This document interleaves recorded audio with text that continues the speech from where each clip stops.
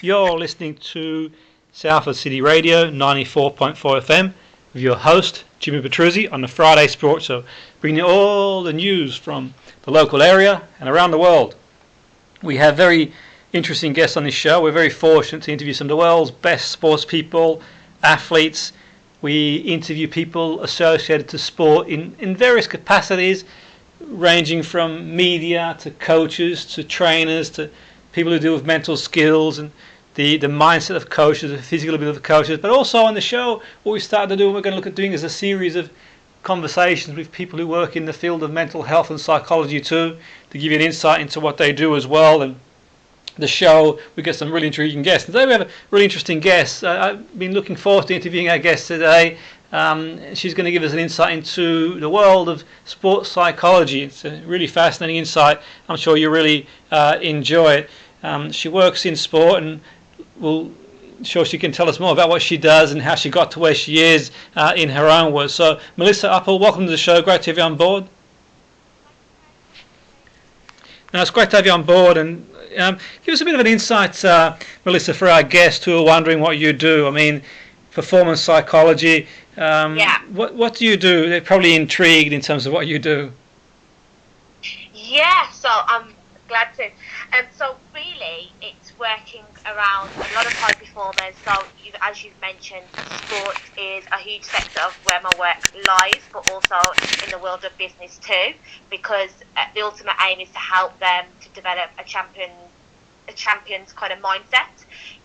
They're always looking for how to develop themselves mentally, and it's right. So how can I become mentally stronger? How can I become mentally more focused? So we look at these kind of key areas. So all together, really looking at all the components of every mental aspect of their game. For example, in sports, it's all about how to improve their performance, looking at ways of how to develop them and enhance their performance from a level to another level. So largely my work tends to tailor around a lot of individual as well as team sports. And for example, as in an individual sports like tennis or boxing, there tend to be athletes who always want to think about, right, I'm at this level right now. How can we get to the next level? And this is where I want to be, for several different reasons, depending on their personal values. And the ultimate aim is to achieve their sporting success. Yeah. And we look at ways of goal setting, so that's where that aspect looks into it. Whereas business, same thing, they always want to look at ways of how can I become a champion in a business kind of world. And again, same sort of things that we look together to work together, developing mental skills, developing ways of improving, enhancing. So we look together about understanding and identifying certain problems, but we don't just always talk about that. We're always looking about how can we enhance ourselves and get to the next level, and success levels is always the key thing between these kind of people. So that's the ultimate role of mine, where I help them and we look at ways of setting goals and thinking of different skills to put in place. Yeah, that's interesting stuff what you do, and I think that it's quite fascinating. I guess the listeners are probably wondering, in terms of, say, a sports person, why they would need someone to help them in that area. I mean, obviously, sports is really demanding. There's a lot of psychological demands in sports. Now, in terms of yourself, you sort of cover a wide range of areas in terms of how you help people, from goal setting to coping with these psychological demands in sport. I guess what's interesting, really, Melissa, is why did you go into it yourself? I mean, it's an interesting role that you have, and what was your motivation? Why did you go into it yourself? So the reason why I'm in this field is because of my personal experiences, Jimmy. So I grew up playing tennis. So tennis was my sport growing up as a junior, competing very young age. And going back to your question, one of the reasons was I was great physically, and till this day I'm still great physically. I can run heat. I wasn't never that player that got injured. I was always great physically. I used to learn all the tactics, the technical side of things. But one thing that was missing out of my game, and it was how to have that mindset as a player, how to have that positive mindset. And I didn't really have that support at a very young age, which I think is really big in we've been really valuable to my performance. The reason being, I never understood what the difference is between having a mindset in training and competition. The needs and the demands of two different environments, being in training and competition. I never understood that at a very young age. Obviously, going through back all through my tennis years, I had a lot of changes in coaches. And these coaches were great, fantastic, looked at me physically, and I always used to build on the technical side of things. But however, there was never work on the mental side until I was about 14 or 15. I had a new coach, but his background was in squash. It was the first time that I'd never understood what I was doing with him, really. It was very, at first it was all new, because he started to bring out a lot of things around the mental side of the game. So I still remember, and I still do have this book that he gave me, Jimmy. It was red, and it had my name at the front. It had self-talk affirmations in the book. Wow. And that book was like gold. What I mean by that, I could not leave that anywhere, and I had to bring to training, I had to bring to competition, with a lot of reflections in that book sat together. We just spoke a lot around the mentality and what it looks like, and thinking of ways of how to conquer my opponent mentally. And these are things that I never really grasped when I was younger. As I got old, I started to pick up on it, and then obviously when I went into education, and whilst I was still playing tennis, psychology was something that was really relatable to me, as I've just mentioned to you. It was a really part of my game, and now I understand it, and I applied it to myself whilst learning it, and still communicating with that coach that I had, and I still play within my performance, because I still play. I really enjoy tennis. But one of the things that I realised massively was I needed to first overcome my mental battles in anything, in any field, not just sports, but in any field, in order to succeed. So that was where I decided this was something that was really relatable. I really found it interesting, and now I just really want to give that edge to other athletes out there, because knowing how valuable and how important it is, it's just the mental difference is, it can be little as just the difference of losing and winning. It's such a big part of performance, and like I said, like the physical elements I was great at, but you can become so great physically, but it's the mental dominance that you need in order to become unstoppable, and that's what was missing out of my performance. And I felt like that's something that I had lacking, but I want to give out to other people.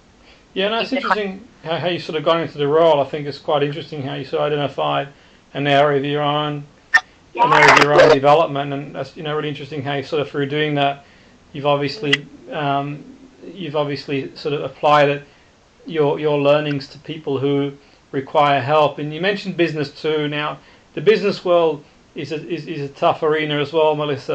The business world's not easy, just like sport. It's demanding. There's a lot of competition, and certainly in this day and age now, with all the things that are going on in the world, it's not getting any easier, that's for sure. And in terms of yourself, I mean, what about business? People, like from a business point of view, obviously you can help people in sport with the goals, confidence, motivation, maybe the psychological demand of the sport. But what about business? Is it sort of similar strategy that you use in terms of the principles as well, to be able to sort of conquer our own fears and be able to sort of stand up to situations in a better way? Right, yeah. So in terms of business, it's the same like sports. The outcome is the same. In both areas, they want to become successful. They want to have this really mental strength, have a mental edge to their mindset, always looking to compete and become a better person. So the outcome's very similar. However, I would say what's different is just like the environmental demands, organisational demands, and probably the personal demands are slightly different and tailored into business, whereas in sport, you other sports can't. So that's where I'd say it's different from the areas, but ultimately the ultimate aim and where they see themselves is very much similar. Yeah, no, that's really interesting stuff and that you say, and obviously at the moment, at the time this is being a pre-record, and at the time of recording we're in obviously in lockdown, and the pandemic, we're in lockdown, and that brings a different sort of dynamic, a different sort of dynamic in the sense that it's not easy. Obviously, I fully appreciate, and we have to follow the regulation. That's really important. But the point being is that, are you finding the psychology of people in sport and business at this moment in time is changing? I mean, how in general, in your experience, Melissa, of working with people, are people sort of the demands of sort of isolation, and so on and so forth, the uncertainty? Is that an area that you find yourself working in at the moment, or is the sports people you work with? I mean, obviously sporting tournaments being cancelled and the uncertainty when we're going back to participating, and that might sort of, look pale into insignificance with obviously the problem we've got that we face in society these days. But obviously it's their people's livelihoods, their career. What's the response been with the sports people you work with in this sort of current situation we're in? Yeah, I think when a competitor can't compete, they get very frustrated. It's annoying, something that's taken away from them, and that's what they thrive off, and that's what they live off. So in a times like this, they are obviously a lot of people that I'm working with are going through some certain difficulties or uncertainty, as you've mentioned, with financial stress, even times where like motivation has come up quite a lot with certain players. A lack of motivation keeps decreasing as the time goes on, because they don't see a certain outcome of when they're going to play. And they also they're not with their teammates, especially in football. They feel like they're missing that part of being with their players, playing with them. So it has made a toll on them mentally, in the perspective of they've had to now sit and reflect mentally of where they are, maybe check their values in and what's important to them right now. So those are the things have been I've been working with them, just communicating that perspective of them. But right now, Jimmy, is probably the perfect time for the athlete, even business people, is to work on their mental sides. Yes. Not falling into the mistake of thinking that you have to compete to prepare for work on the mental side. It's no issue. You still have to think of yourself as, I'm still going to have this mindset away from competition, and I think that's what makes you holistically as a whole a great succeeder, or a great have a great mindset, because it's not just having that winning mindset when you're competing, but it's also you need to have that winning mindset away from the sport. I would say a lot of things that people get confused about or have a misconception about, that it's just that I'm working with them particularly with their sport and it's tailored around that, but it's not. I look at them holistically, and a lot of their outside environment factors, their relationships, how that impacts their performance. That is part of my work as well. And again, that was a personal experience as me growing up in tennis as a player, because again, it was educating myself and being a competitor, but I also had a lot of other influences outside my tennis that had an impact on my performance. And it's the same thing. So right now, the challenge is how you still going through that mindset that you still need to become or to have that certain goal that you've got in place. So yeah, heavily it's working around those concepts right now. Yeah, no, it's interesting you say. I mean, obviously at the moment it's challenging times, and it's not easy. And from a business or sports point of view, I suppose with sports people, you kind of prepare for like games week in, week out, or for big tournaments, and with that all being the uncertainty around that, that makes it obviously difficult to sort of. But like you said, I think it's really important that obviously one can do what they can in these sort of situations too. I suppose there's one thing too that sort of comes to mind, Melissa, for me, is that obviously there is a fine line, at least in my opinion, between mindset but also people who maybe cross the sort of line to clinical. And I think for me it's always important that people, if they're sort of struggling, if they need clinical help, they get the clinical help that they need, whatever that might be. There's a sort of fine line between, say, performance and clinical, really. But obviously someone with your skills and expertise, you're able to sort of perhaps notice that, and maybe sort of suggest someone does get the clinical help if that's what they need, if it's not performance. Is that sort of a fair way of looking at things? Sometimes it might just be a question of people sort of struggling from from that point of view, and maybe looking for that sort of help to help in that area. Yeah, absolutely.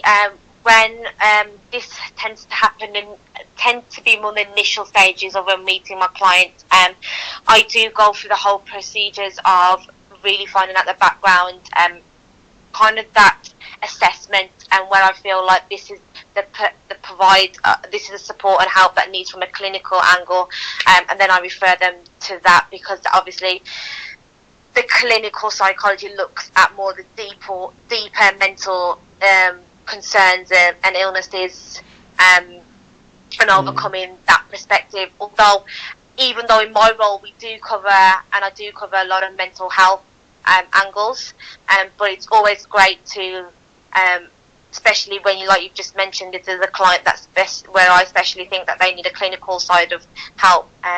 It's always great to have that as well. And also it kind of makes my job a little bit more easier, because if I'm helping them on the performance side of things, I can still have a working relationship with the clinical psych, and we can work together on it. So there has been times where that has played a part with certain players, but generally I just feel like players always want a solution. Athletes, people, they're very solution orientated, so that's the kind of way of, that's what helps them to move forwards, and it's like, right, so how are we going to figure a way of figuring out solutions and figuring out ways to move forwards? And that just then helps their underlying problems that they have, because they have a shift of focus of mindset, a shift of focus of the thoughts, because they've now got solutions or goals to hit. That's where it could also help from a mental perspective too.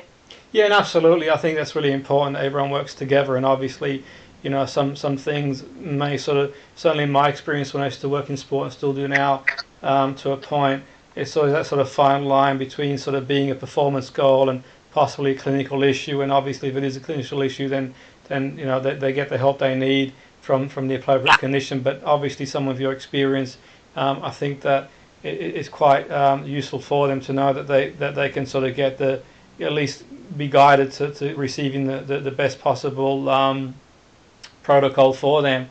I suppose one question I have for you, Melissa, which is a current theme at the moment that people ask a lot, with the world of social media and the world of, say, the world of social media and other things, is criticism. Everyone's got an opinion these days, and that's fair enough, but also the opinions that people have sometimes do sort of cross the line too. And what's your take on, say, dealing with criticism? A lot of people these days struggle, because obviously criticism there, and back in the day criticism wasn't like it is now. People would be criticised in the open, and sometimes it's not even appropriate to what they're doing anyway. But do you have athletes that sort of maybe struggle with that, sort of dealing with criticism? Is that an area that's a theme that sort of that you sort of deal with, or?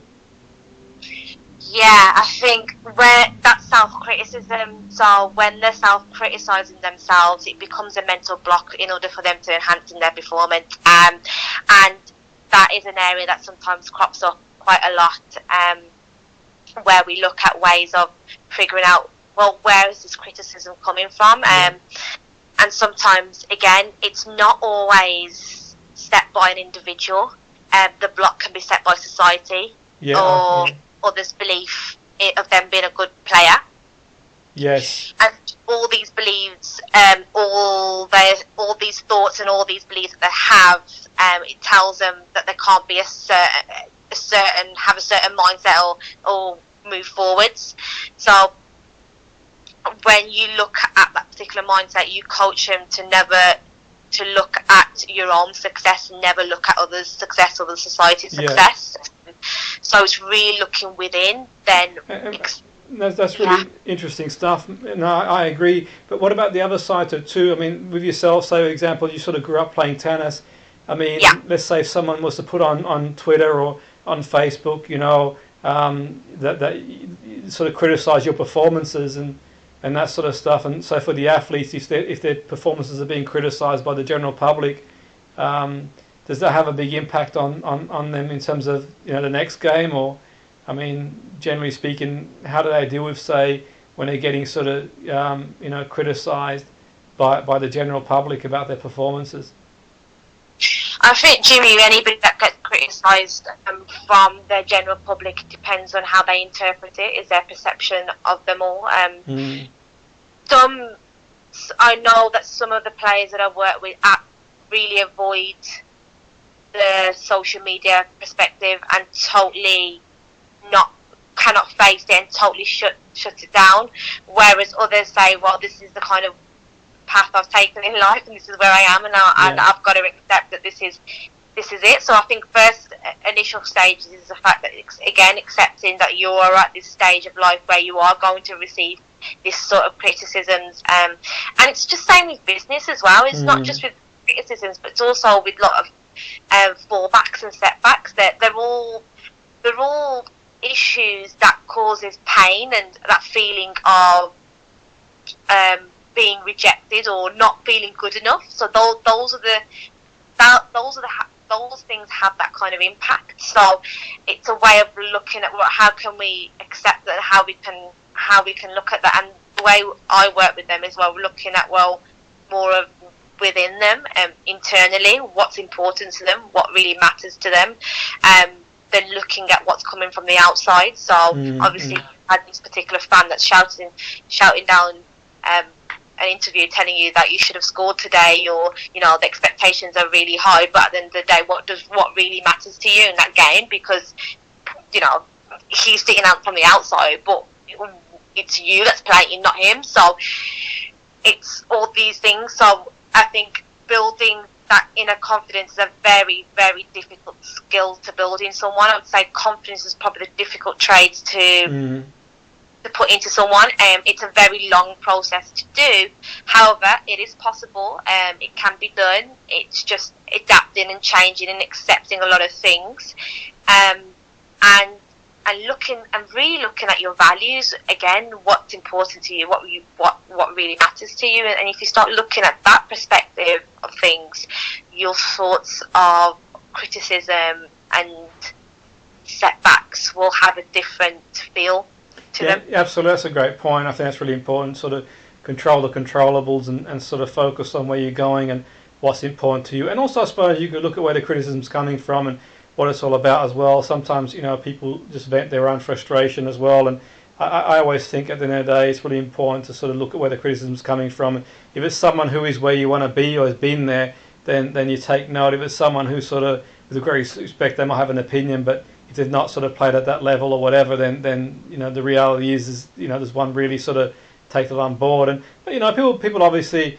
they pay their money, they love their sport, they get passionate, things are said as well. So, but I think what you said there is really important, to sort of keep focusing on your own sort of race, so to speak, and what's important to you, and that's a sort of a big thing really in business too, because I suppose if you sort of look around and get distracted all the time, it can only be a negative things in terms of going forward. But that's really, really interesting stuff. So in terms of our listeners, they're probably curious to know more about what you do. Melissa, have you got like any contact detail, any sort of like any networks they can sort of log on to see more about your work and that sort of stuff?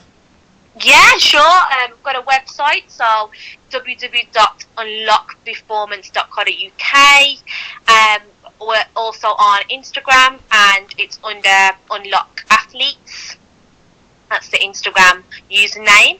Yeah. And also, any questions or any concerns, I always say to all my clients, as well as people that I know and connect to them, more than happy to email me at Melissa, so MELISSA at unlockperformance.co.uk. Yeah, that's really great. I really want to thank you for coming on board the show, Melissa. You've been really interesting. No doubt our listeners have sort of been a really invaluable insight to what you do, a really informative, interesting insight into your work. It's been really, really fascinating, and we've only touched the iceberg, no doubt. And certainly if they want to know about your work, you've mentioned there how they can sort of get in touch. So that was Melissa Apple, who's been very, very kind to join us on the show. Salford City 94.4 FM Friday Sports Show. Your host Jimmy Petruzzi. Really interesting insight into her work, and we know how important the mindset is in sport and in business, and she's given us an outlook and an understanding of more about what her work and what it involves. But feel free to also email us on our Facebook page as well. Any questions, comments, otherwise, we always sort of welcome your feedback, and it's been a really interesting insight into the work of Melissa Apple, who works in the field of performance psychology. So thanks again, Melissa. We really appreciate you coming aboard the show, and wish you and your athletes and the people you work with in business all the very best going forward. My pleasure. Thank you for having me so much, Jimmy. Thank you so much. So you're listening to Salford City Radio 94.4 FM with your host, Jimmy Petruzzi, on the Friday Sports Show. We bring you all the latest news from the local area and around the world, and we give you insights into different professionals involved in sport. We're very privileged on the show to have some of the world's best athletes, footballers, people who work in sport as coaches, managers, that work in the field of psychology and the media, and bring a wide range of areas. And we also have recently introduced a new component to the show, which speaks to some of the leading professionals in mental health and psychology, bring you the ideas on manifestos and different concepts and realities based on their professionalism and expertise. Not to give advice, just to give insights. Now, in today's show, we have a very special guest who's going to give a fascinating insight what it's like to work in different countries. And for our listeners, we're very fortunate to hear from people from different parts of the world who have these different experiences, and I find it really fascinating to hear from people who've had these sort of journeys and experiences in different parts of the world. And today's guest is really well placed to tell us what it's like to work abroad. His last team was as a first team assistant manager coach was FC Dynamo Brest, and that'll be really interesting to see what he says about that. But he's also been an assistant coach manager at Kilmarnock, academy coach at Middlesbrough, and his playing career took him to places like Kilmarnock, Chesterfield, MK Dons and Oxford. So Peter Leven, welcome to the show. Great to have you on board. Thanks, Jimmy. Great to have you on board. So Peter, it's quite interesting the last role you had at FC Dynamo. Just for our listeners, can you tell us a bit about what the experience was like out there? I mean, it's not often we speak to people who sort of, predominantly from the UK, who get these experiences to go abroad. What was your experience like out there? It was challenging, Jimmy. Obviously, the main factor was the language barrier. I think we've got this perception that when we go abroad, everybody should speak English. Yeah. And working in a little place called Brest in Belarus, it's not the capital. Minsk is the capital, but there's about, I think, the population maybe 350,000, and not a lot of people spoke English. So that was the main barrier, as you say, thinking, wow. And you have this arrogance, a little bit of arrogance about you saying, why don't they speak English? But then you realise, thinking, you're in their country, you're in their country, Peter. Why should they speak my language? So yeah, that was the thing. Obviously, I had a full-time interpreter on the training field with me. But it was always nice to go and try and learn the language. So twice a week I had Russian language lessons, which helped me over time. Yeah, that's really interesting you say, and like you said, I think that's sometimes the misconception. We go abroad and the expectation is I mean, a lot of people do speak English in different countries, but like you says, it depends where. And from a football perspective, what did you make of the standard out there yourself? Pete, obviously you've experienced football, in the UK, and how would you what would you say the standard was like out there comparatively to say the UK? I think we were very, very fortunate at the club I was at. We had a lot of international players from Belarus, and there was a lot of senior players who travelled to Russia, Kazakhstan, who were getting big money and were coming to the end of their career, but were still very good players. I would put them, my team, probably Championship in England. Wow, that's interesting. Bottom half of Championship, yeah. We could compete, no problem, bottom half Championship. Because obviously, we'd played in the UEFA Cup when I was there. I coached in the UEFA Cup. We just qualified for the Champions League this year for the first time. So we'll see how good they are this year in the Champions League, if obviously when it gets back up and running. But no, I was surprised. Technically, very, very good. The thing that's nowhere near is professionalism is back home. Yeah. I'll give you an example. The president is not football minded. He's a businessman. Yes. And as you know, a lot of teams back home, we travel away to games, and after the games, you want to get food on board, and there's no maybe restaurants. So you usually get pizzas. Wow. That's the thing. In England, you usually have an account with Domino's, and you get pizzas for after the game, just to get some sort of food back. Yeah, absolutely. Yeah, for sure. Get the carb loading. Yeah. Yeah, but over there, the boss is like, no, pizzas is bad for you. Like, we understand that, but it's the easiest thing to get. Absolutely. And especially after the game, you want to try and get something back in the body. So he was adamant we were not allowed pizzas, so there was nothing for really the boys. But we'd end up stopping off at a garage, petrol station, and the boys would just get crisps and chocolate, and I'm thinking, well, I would rather have pizzas, and it's just like... Absolutely. Yeah, so they weren't really into the sports scientists. We had a doctor. Everybody has doctors over there, but don't have physios.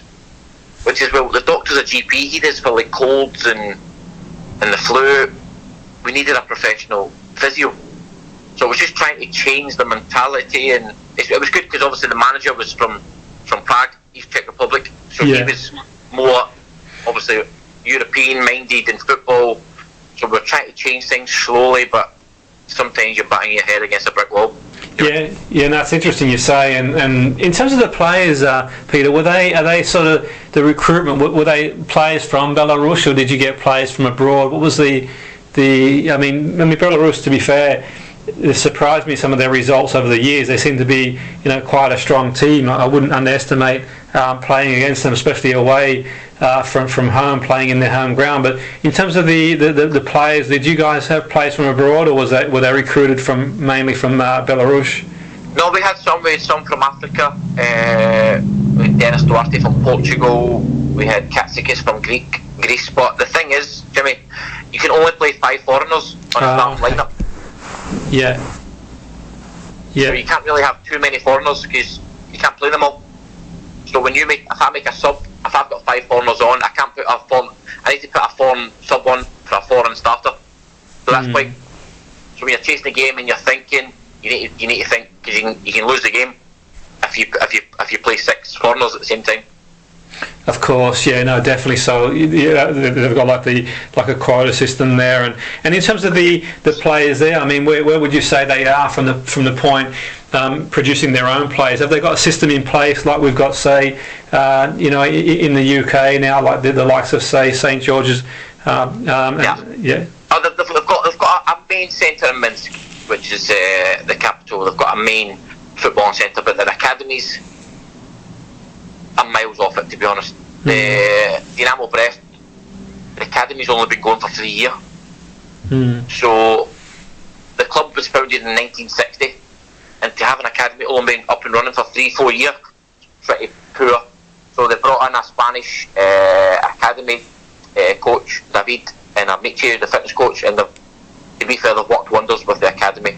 But it takes time. Absolutely, It takes time to build the academy system, and it's from the bottom. You can't just go in at under 15s, and it's difficult. You need to get them from early age. Yeah, absolutely. And I mean, obviously, you've got the experience of the academy at Middlesbrough. The academy at Middlesbrough has produced players as well, and is highly respected. And did they sort of tap into that knowledge of yours, Peter, where you could bring knowledge from, say, what you experienced at Middlesbrough working with younger players, and was that something they were sort of aware of and they sort of tapped into? Yeah, no, definitely. Because I first went over there. I went over as the manager of the second team. Oh, okay. And to oversee the academy with David. So I put in England, they have a system called the PMA system. Yeah. Where every kid has his own software, and they put in, like, they write in their daily diaries what they had to eat, how they thought training was, so the coach can get as much information as they could as a kid. I remember at Middlesbrough one time, and this one player was sad, and I'm thinking, well, he was down and he wasn't performing well, and then I looked on his PMA, and his gran had passed away. Wow. Yeah. That's the reason why he's not performing. He's sad. Now, if you don't have that information, you just think he's having a bad game, and you might release him. Do you know what I mean? After time. But these things are there to give the coaches as much information as possible, to talk to him. Now we can talk to him and ask him how he is, and put him places to help him. And so I kind of put that little thing. They never had, obviously, everybody never had access to a PMA system that's built in the professional game. So I kind of put in like a daily diaries. I downloaded like a sort of system that could, like, have a folder each, and they used to write in what they had for lunch at school, so they can have an idea what nutrition, how they're feeling mentally. And I got all the coaches in and said, listen, it's a big thing. You get to know your players, and that's the thing I want to do now. Psychology is massive in football. Absolutely. And I don't think we tap into it enough. Yeah, no, absolutely. I think it's sort of it's one of them. I think, Peter, from my perspective, it's a bit like sports science, where when it first came in, it was a bit apprehensive, and now, like, it's just pretty much part of every club's DNA. But psychology's sort of been dripping in, but equally there's a long way to go. What I find interesting for me is, like, coaches and managers like yourself who worked at academy level. Sometimes I think it's like you mentioned there about the PMA, how important that is. I think for coaches to have that experience of working before going into the first team. There's this trend of, like, ex-players going straight to first team. I think sometimes it can be a great place to sort of become really aware, and especially when we're promoting young players in the first team. And what are your thoughts on that in terms of getting the experience as a sort of coach in the youth ranks, just to sort of become more aware about how to develop players and nurture players, like you did with that the lad who obviously had the psychological issue around his gran struggling. And do you think that's important, Peter, for coaches sort of to do the ropes, so to speak, in the academy, or to? Yes, no, 100%. I was at Middlesbrough, Jimmy, for a year. I was only kind of part time, but they kind of brought me in more because the kids had day release from school. So what that is, if you're under a contract with Middlesbrough, you get 1 day a week where you come into Middlesbrough, you train in the morning, you'll have a school teacher in the academy for a couple of hours, they'll have their lunch, school after lunch, and then they'll train in the afternoon again. So they'll do that once a week, and plus they'll train obviously a Tuesday night, a Wednesday night, and a Friday night. So it was kind of part-time stroke, kind of full-time for me, and I loved it, Jimmy. It taught me so much. But I got an offer from Kilmarnock to go full-time as first-team coach in the Scottish Premier League, and I spoke to Dave Parnaby at the time, who was the academy director. I said, Dave, I don't want to go, but it's full-time and it's a lot more money. I wish I could stay and learn. But that year at Middlesbrough, working with the under-13s, 14s, helped me massively, Jimmy.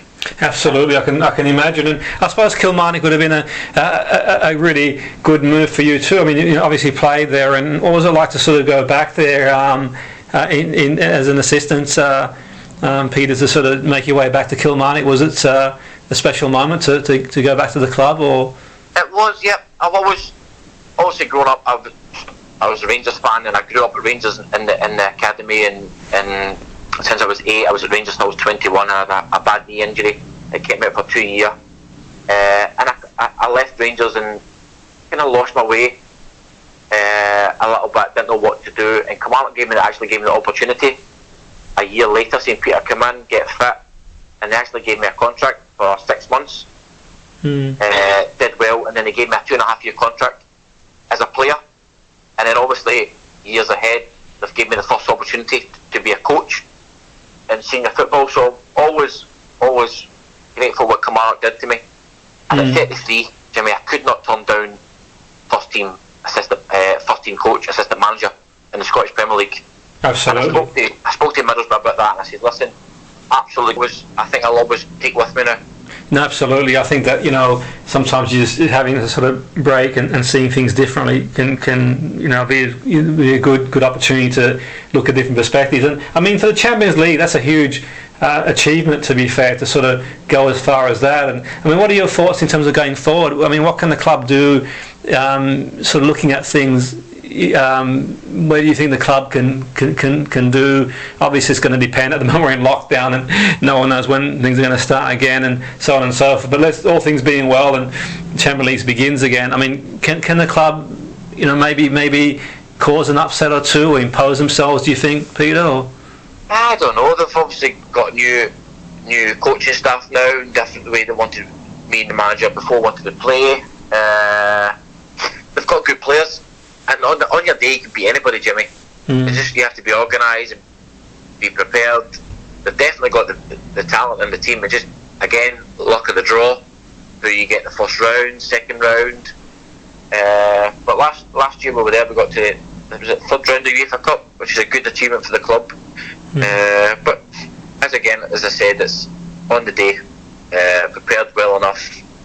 And I said, luck of the draw, whoever you get in the first round. Absolutely, and that's a big thing. Depending on who you get and the players, how they respond on the day as well is the key thing. But you had a successful period out there, and I think our listeners are sort of. I mean, at the moment, the club in our area is Salford. They've had this sort of meteoric rise. The class of '92 have got behind them, and that's helped a lot. And it's divided a bit of opinion. I mean, I'd say most people are for what they're doing. I think it's a good thing, and the lads are definitely for the club and are doing it for all the right reasons. But sometimes the expectation, I think, the club's gone into league football now. There's almost been to the point that football was on. There was an expectation that maybe they're going to go into League Two and sort of it was going to not be a walk in the park, but maybe impose themselves more. But I had a feeling that it'd be tough in League Two. It's not easy. Do you think sometimes, I know it's difficult, obviously the fans pay their money, they're entitled to the opinion, but do you think sometimes the fans can influence decisions in terms of what happens at board level where, like you mentioned before, coaches are working hard 7 a.m. to the evening trying to get things right. Do you think sometimes there's sort of knee-jerk reactions in football these days? You just hang in there for a bit longer. Like for example, they give Jurgen Klopp a good crack at the whip over at Liverpool. Look what he's done there. And do you think sometimes it's a case of giving the manager a bit more time and coaching staff to get things the way they want them to be? No, of course. Firstly, I like to respect anybody who puts money into football. As chairmen who put money into football, fair play to them, because I honestly wouldn't be doing it, because the things that come with football is crazy. As a manager, you have to deal with budgets, you have to deal with press, you have to deal with players, you have to deal with your own family. There's so much goes on as a coach and a manager behind the scenes that it's incredible, and the fans don't see that. They don't see what's going on, and you've got to understand, when you put a team out on a Saturday, 11 players. You've also got 11 players in the opposite team who are fighting for their families' lives. It's not a walk in the park. That other team are fighting for their lives, fighting for their jobs. So you've got no God-given right to get 3 points. Everybody on that pitch is fighting for something. And as I said, it's a tough job to be a manager. Obviously, I've not been a manager, I've been an assistant. But it's the pressure from the fans, the board, from your family probably as well. Do you know what I mean? If you've got kids, Daddy, why are you not winning? Yeah. It must be, and that's why I say to you, psychology in football must be more. There's got to be done more. We had a player, I'll give you an example last year, Jim. We had a player, Alexander Pavlovich, great kid, professional, well 1-0 up, and he gave the ball away. And he gave a square pass, they went through and the boys scored. And for the next 7 minutes of that game, he could not control it. he could not pass to his own teammates. His head was gone, Jimmy. Mm. And that is pure psychology. Absolutely. Pure psychology. And I said to him after the game, we had a sit down with a few of the senior players, and I remember, do you remember the guy Watt Nicol? Yeah. I had Watt a few times in Scotland and England come and do speeches, and I always remember it, and I told the players this, I says, you train for 2 hours a day, two and a half hours a day, call it 3 hours, you get 21 hours left in a day. How much do you work in psychology? Mm. It's a massive part of football. And I've done little things like what's the difference between physical and psychology, and it was near enough the same, Jimmy. Yeah. They gave me attributes in both, and it was near enough the same. I said, well, you work 3 hours a day in football, how much do you work in psychology? And they're like, none. I'm thinking it's a massive part of football. It is. Absolutely. And we don't tap into it. Absolutely, and I think for me it's one of them where you can have all the physical attributes and have all the conditioning, and the sports science can look after the fitness testing, and you can sort of get on top of that, and the player can be technically really gifted and skill wise, but like you said, it just takes one square pass that gets intercepted and the other team scores a breakaway goal, and that sort of, the head completely goes, and the player sort of goes back to type and just doesn't do things that they can normally do, and that's a huge thing, I think. Absolutely, going forward, I think that the game's going to certainly change to reflect that area for sure. But in terms of yourself, Peter, you've had the experience of playing distinguished career. You played in Scotland and England, and obviously as a coach, you sort of been at a few different places. You've got obviously a lot to offer, and from a play and sort of coaching experiences. Where do you see yourself in your own career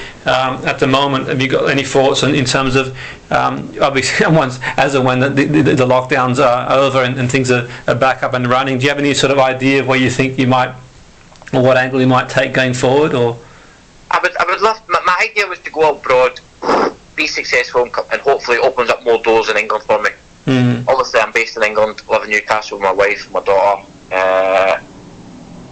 England's a place to be. Football-wise, it's the top. Everybody, even in Belarus and English football, I say yes, Premier League, but even League, Championship, League 1 and League 2 is fantastic. Absolutely, yeah. It's the crowds we get, the passion. It's what life really. Growing up in the football, it's your life, and football for me in England is the top. And as I said, I went abroad to just try and put that something different on my CV. And I've obviously come back with 3 trophies in just over 14 months. So hopefully that opens up maybe a couple of doors in England for me.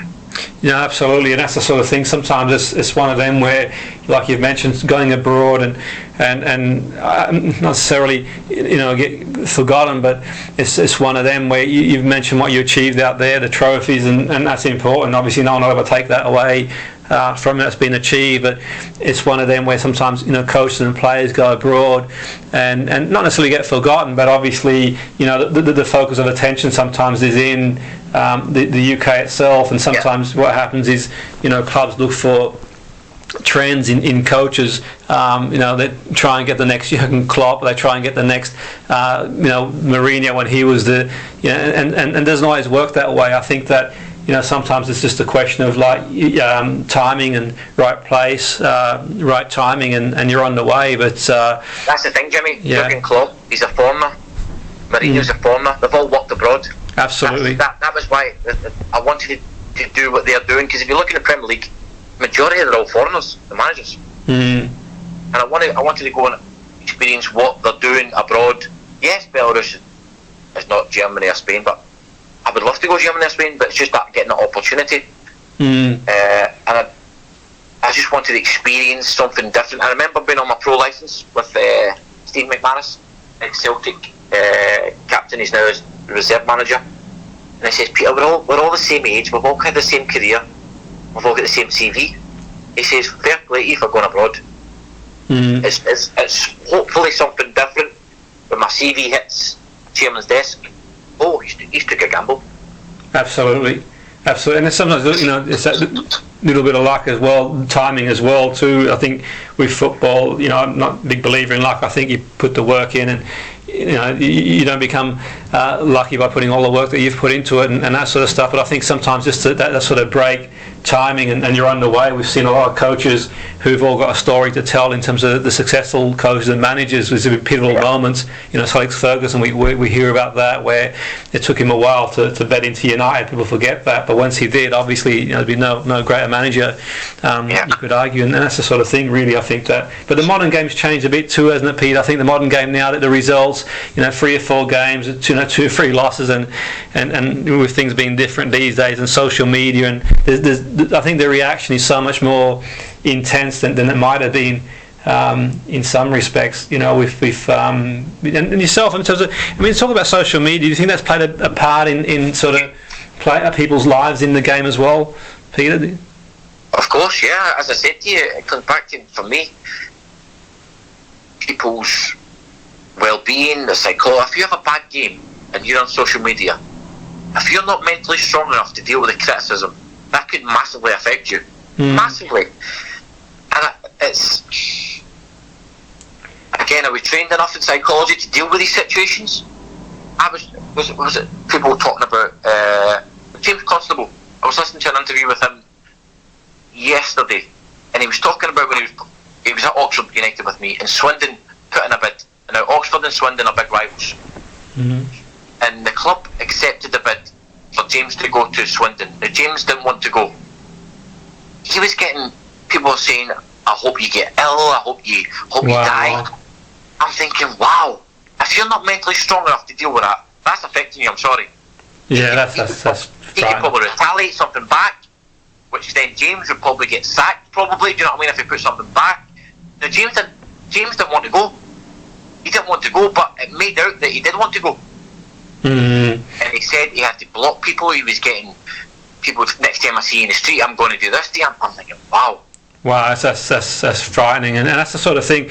Speaking to you about that, Peter, it's really interesting, because I was having a conversation with a psychologist a few days ago, and we sort of touched on this, and I think for me, speaking to you gives a whole new perspective, because you've been there and you've experienced it. And that's not undermining, academic. I'm an academic myself to a point, and I think it's really important. Everyone plays a role in the game, but speaking to you brings a different dimension to it, because I don't think she could encapsulate that from the point of view that, really, really good professional, but you having been there and done it, it puts a whole new perspective, where I think sometimes, we can have an opinion here, just sort of ignore it and sort of get on with it and not retaliate. But being only human, it's tough, and I think that having people like yourself who've had the experience on sort of in the game as well, it's priceless what you say there, because you can relate to the players who experience it, Peter. You can sort of relate to them, whereas you're not looking at it from just a textbook.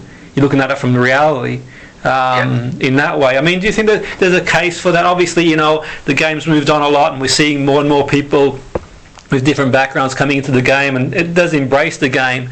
But do you think it's still, really important to have that experience, like yourself? You've played at a number of clubs and been abroad now. That brings something that you can't read from a textbook. Well, the chairman, the owner of the club over there was very demanding, Jimmy, and I mean very demanding. Some of the things he used to say, and I'm thinking, wow. So what I've come away with, I'm thinking, for me, yes, you have to be a good coach. You have to know your stuff. But for me, you need to understand your players. You need to know how to get the best out of each, because they're all different. They're all absolutely different. I know if I do a video meeting with the players in the last 5 minutes, half the team are switched off after 2 minutes. So you need to know who you can talk to in different ways, and who needs to be shouted at, who needs a cuddle, who needs. So for me, man management, people skills is right up there with your coaching badges for me. Psychology, everything, it's got to be up there with your coaching badges now. Absolutely. But back in the old days, I remember I had a manager, John Brown, the youth team at Rangers. Oh my God, Jimmy! If you done something wrong, we were in from 8:30 in the morning to 5 o'clock at night. And at Rangers, you had to wear a shirt and tie every day because you were walking into Ibrox Stadium.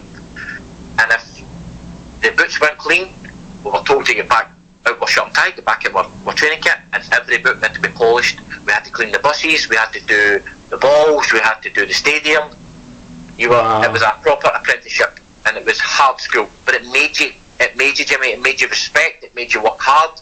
Nowadays, it's kind of gone a little bit more, not softer, but yeah, I think, it's like, obviously, like you mentioned there, and I mean, these days, different rules and regulations are being brought in, and some for the good, and some obviously, I think sometimes what happens, Peter, it goes from one end of the pendulum to the other, really, and there's no sort of intermediary, where I think sometimes there's sort of common sense as well, and I mean, obviously you mentioned there were periods in football where maybe, things were a bit more harsher than they needed to be, but like he says, I think that it's sort of finding that happy medium, having that sort of firm discipline.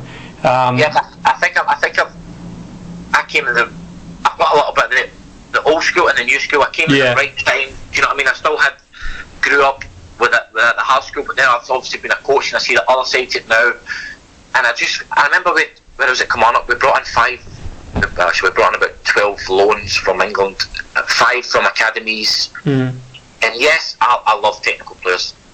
That's me. I love playing proper football, but they didn't understand the other side of it, the dirty side of it, Jimmy. Yeah, absolutely. I think you can't give someone that heart. Do you know what I mean? They need to have that bit of. The best players of the world had that little bit of nasty bit. Paul Scholes, unbelievable player, but had a nasty side to him. Steven Gerrard, unbelievable player, had a nasty side to him. You know that. Oh, absolutely. That sort of will to win. I think academy players now, not saying all of them, but a lot of them have that pretty football. They need to learn the dirty side of it as well. Absolutely, and especially if you're going to survive in the game, it's just a tough game to be in, and so many competition for places, and it's one thing getting to being a professional. It's then another thing maintaining a career, and now it's probably going to get even harder with all the things that are going on in the world too. So, but interesting stuff. But it's been interesting, Peter. It's been fascinating. I'm sure that our listeners have really enjoyed hearing your perspective, and it's been fascinating for me. I've really enjoyed speaking to you, and I'm sure the listeners have sort of got a really interesting insight for them about your career and just general experience. So I want to thank you for coming on board the show, Peter. It's been a privilege to interview you, and certainly wish you all the best, and we'll keep an eye out on how things go in terms of yourself, your career. So thanks again for joining us, Peter. Thanks a lot, Jimmy, and take care during these times, mate. Fantastic. Thanks, Peter. That was Peter Leven speaking to us, kindly speaking to us about his career and his experience at FC Dynamo Brest, and also his experience over time in the UK, in Scotland, in England as well. A really interesting insight on the Friday Sports Show, Salford City Radio 94.4 FM with your host, Jimmy Petruzzi.